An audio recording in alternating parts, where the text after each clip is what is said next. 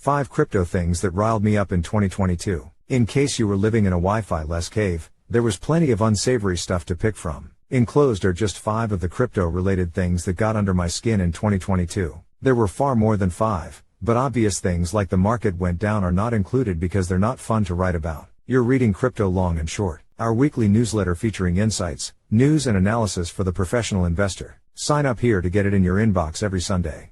1. The FTX/Alameda/SBF fraud. This is probably the umpteen millionth time you have read some version of a crypto person being mad about this, but I'm still mad at FTX, for the fraud, the reckless risk takers, for the flexing, and many Twitterers, for the hero worship.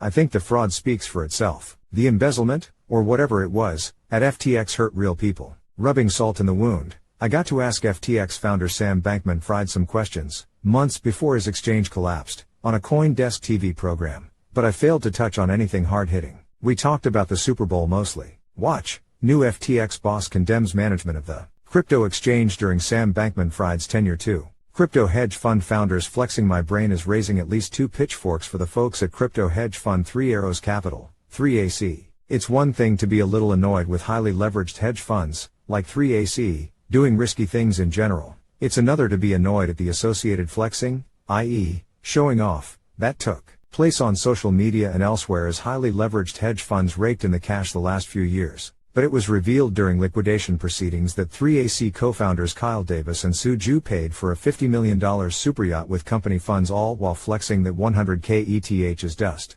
Calling 100,000 Ether dust was calling $400 million not a lot of money. 3AC collapsed. Also, the superyacht was named. Much wow. Yeah, I know. Much cringe. 3. Parts of Bitcoin maximalism. I think that Bitcoin maximalism, the idea that Bitcoin is the only cryptocurrency that matters, is fine. Many smart people that I like and respect disagree with me because of the toxic culture it nurtures, but our disagreement isn't what annoyed me in 2022. What annoyed me is the absolutist language used by maximalism's adherents. If you don't understand that you still could be wrong about Bitcoin, then you're just role-playing as a savior. Also, Bitcoin doesn't have to be alive, as former MicroStrategy CEO Michael Saylor put it on Twitter. Those who tweet that Bitcoin is some random adjective are just saying stuff for the sake of saying it. It doesn't make any sense or mean anything at all. And who cares if Ether is a security or not? My take is that Bitcoin maximalism would probably be better served if it lived by the adage, Bitcoin is, and that is enough. 4.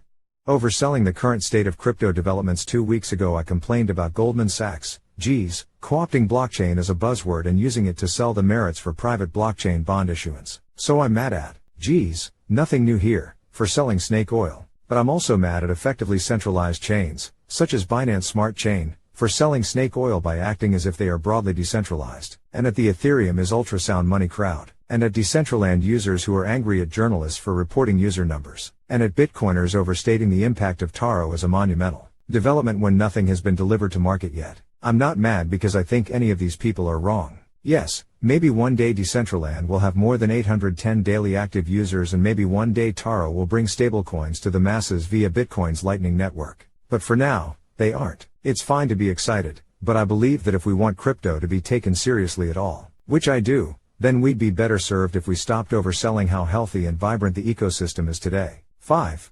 Privacy deniers, haters and destroyers. I tweeted earlier this year that this was the year for privacy. I don't think I was correct thematically, but I do want to give more airtime to the importance of privacy as we close out the year. Privacy is a human right and it should be normalized.